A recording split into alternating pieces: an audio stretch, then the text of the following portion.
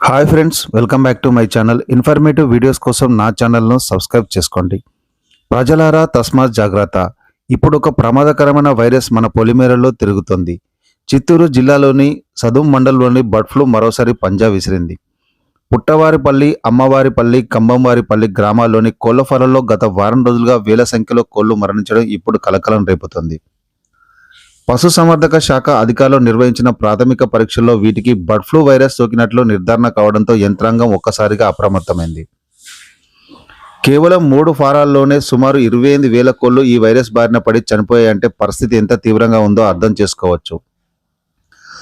Virus ఇతర ప్రాంతాలకు వ్యాపించకుండా అధికారులు ప్రస్తుతం కఠిన చర్యలు తీసుకుంటున్నారు. ఇందులో భాగంగా ప్రస్తుతం బ్రతికున్న కోళ్లను కూడా నిర్మూలించే ప్రక్రియను చేపట్టారు. ఊరి వెలుపల జేసీబీ సాయంతో భారీ గుంతలు తీసి శాస్త్రీయ పద్ధతిలో వాటిని పూడ్చివేస్తున్నారు.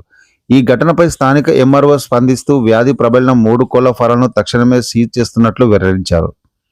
ప్రజలు ఎవరూ ఆ ప్రాంతంలోకి వెళ్లకుండా కఠిన ఆంక్షలు విధించారు.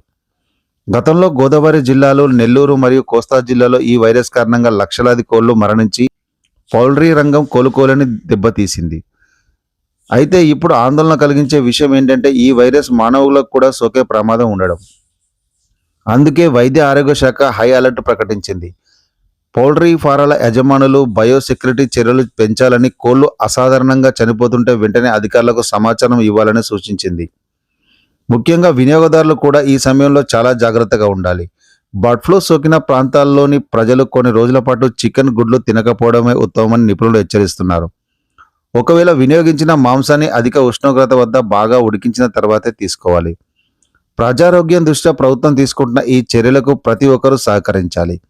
ఈ సమాచారాన్ని మీ మిత్రులకు, కుటుంబ సభ్యులకు షేర్ చేసి వారిని అప్రమత్తం చేయండి. మరిన్ని ఇంట్రెస్టింగ్ విషయాల కోసం నా ఛానల్ను సబ్స్క్రైబ్ చేసుకోవడం మర్చిపోకండి.